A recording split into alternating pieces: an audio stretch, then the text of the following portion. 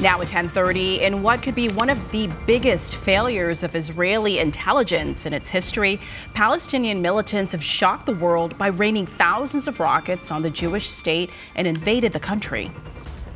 The Israeli prime minister says Israel is at war with Hamas after the terrorist group launched the surprise air and ground attack. Yeah, Israel has retaliated now with a devastating counteroffensive. Here's what we know so far. The attacks have been deadly, as we mentioned. At least 250 Israelis have been killed, some of them executed by the gunmen right there in Israel. As many as 234 Palestinians have been killed in gun battles or airstrikes. Thousands of people on both sides have been injured at this point. Militants invaded 22 different villages and military bases where they took civilians and soldiers hostage. Israeli soldiers have retaken, though, many of those villages.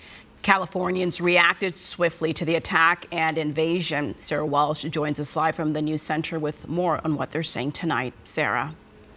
Karine, good evening. Los Angeles has the second largest Jewish population outside of Israel, and this invasion by Hamas is very personal for Angelenos. Tonight there's heartache, but they stand strong as they watch how Israel responds.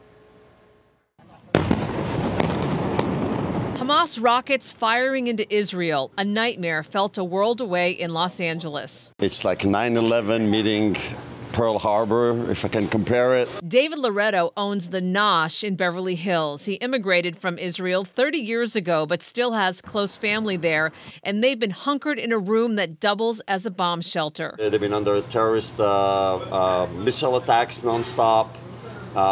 They're afraid to go out. They don't know if the terrorist groups are outside. And he feels helpless hearing of innocent Israeli civilians being murdered in their homes, on the streets, and during an overnight rave. A lot of people got killed. A lot of the kids who went to the party got killed.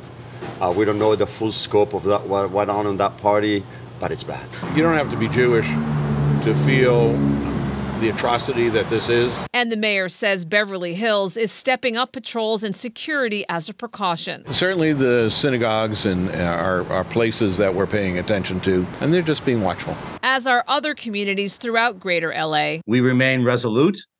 We will not be intimidated by these horrific events. And I think it's important to understand that this terrorist organization does not operate in a vacuum. It still has very strong backers, particularly Iran, which is working to torpedo broader efforts at peace in the region.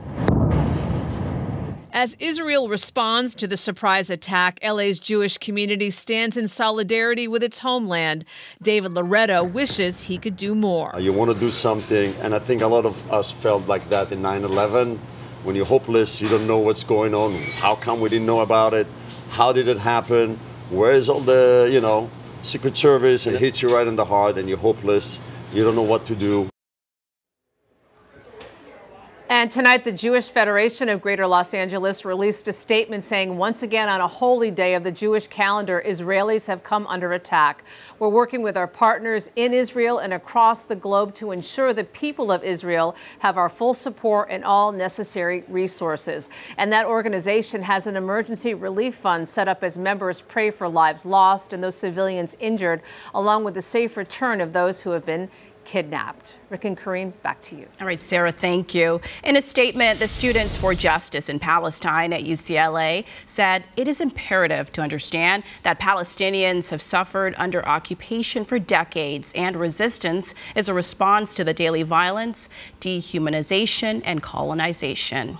And be sure to stay with KTLA for continuing coverage of the deadly attack on Israel. We'll continue following this story and bring you updates throughout the night. And for updates anytime, you can visit KTLA.com or check out the free KTLA 5 app. All right.